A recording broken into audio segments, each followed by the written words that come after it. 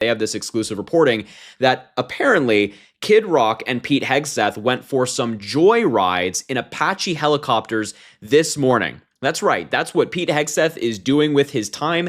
That's what he's spending your taxpayer dollars on. Helicopter rides with Kid Rock. So Harry J. Sisson just exposed Pete Hegseth's latest taxpayer-funded scandal. Apache helicopter joyrides with Kid Rock while Iran still has 2/3 of its military intact. We're covering the helicopter waste, Vance's secret panic over war failures, and why even Republicans want Hegseth gone. A headline that really just shouldn't be real, a sentence that never needed to be said, I should say. But here we are. According to TMZ in their exclusive, they say Kid Rock flying shotgun on Army chopper. The absurdity is real. TMZ breaking Pentagon scandals shows how normalized this administration's dysfunction has become. Apache helicopters cost $18,000 per flight hour. That's working families' tax money funding celebrity photo ops while actual military readiness crumbles. Kid Rock took a ride in the military helicopter Monday, sitting in the gunner's seat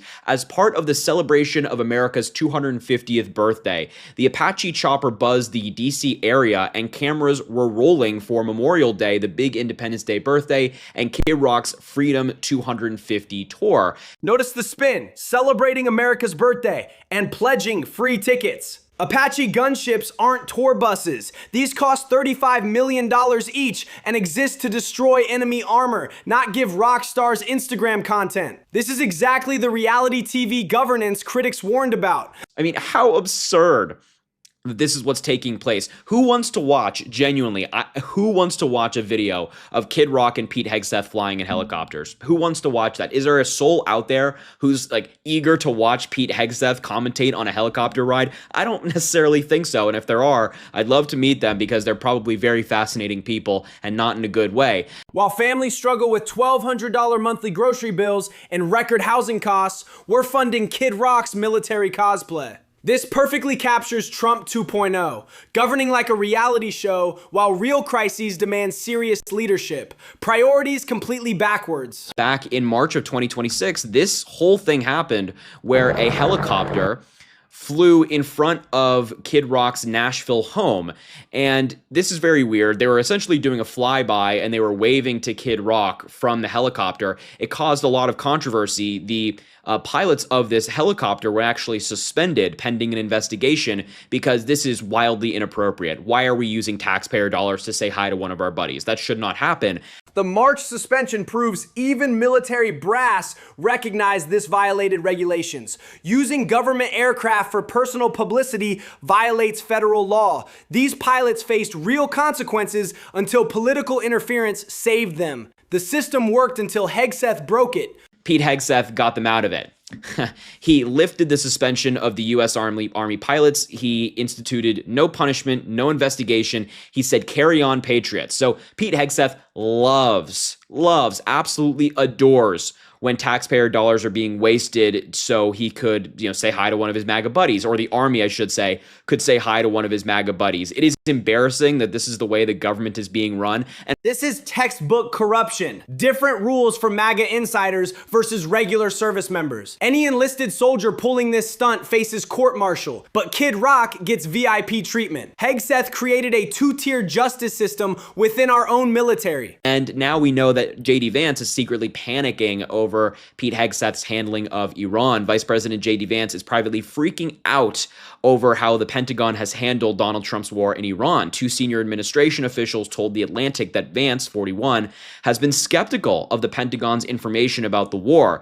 The Iran war started in March 2026, and we're already seeing command breakdown. When your VP doesn't trust your defense secretary's intelligence during active combat, that's a 5-alarm crisis. Hegseth's too busy with photo ops to brief leadership honestly. And this is actually a really important point because Donald Trump, Pete Hegseth, they have all gotten out there and said, essentially, our stockpiles are perfect, that we've have all the missiles we need to have. There's no concern there. They haven't been depleted to a concerning level, but that's just not true. Vance has access to CIA and NSA briefings independent of Pentagon prints. He knows Hegseth's lying about stockpiles. While Hegseth wastes time on helicopter stunts, our Javelin and HIMARS inventories are critically low. The contradiction between spin and reality is stark. Pete Hegseth would not answer questions for the report, and it shows that thousands of our missiles have been used, and we only have a few thousand left in certain categories of different missiles. So JD Vance is actually right to be skeptical about this and nervous about this.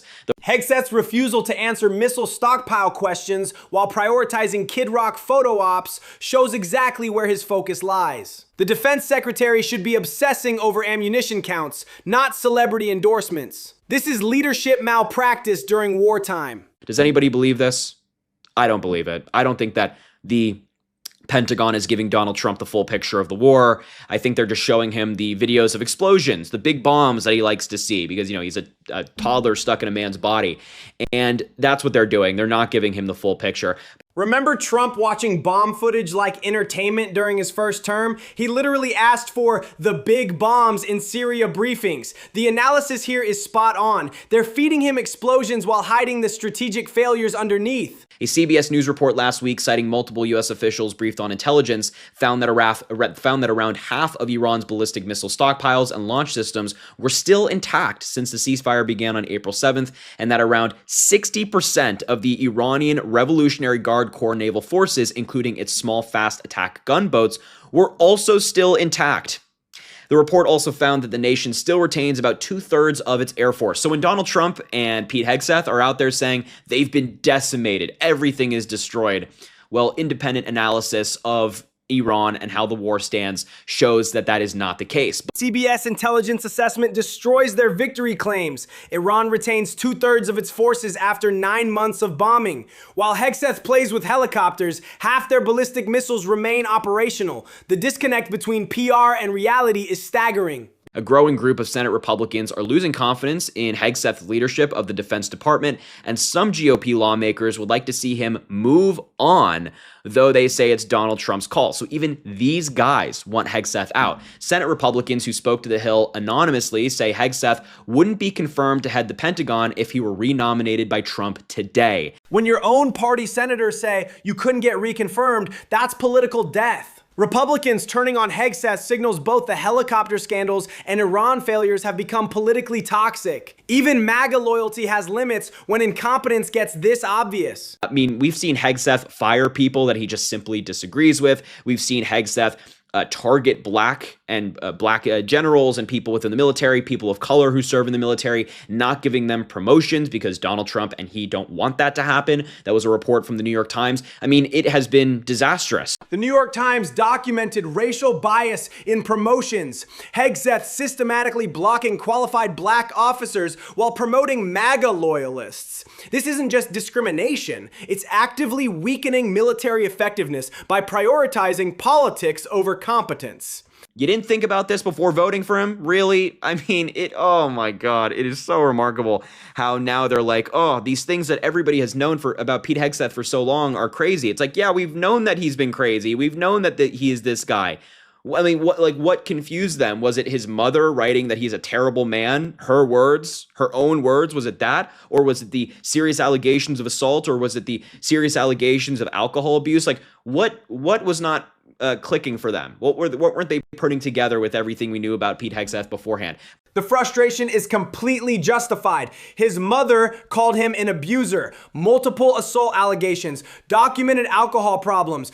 Republicans confirmed him anyway because Trump demanded it. They chose blind loyalty over basic competence and now act shocked.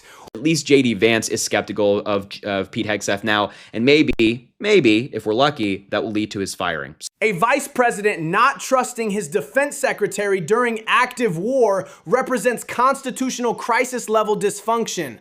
America deserves military leaders focused on winning conflicts, not celebrity photo ops. This administration is failing both our troops and our security.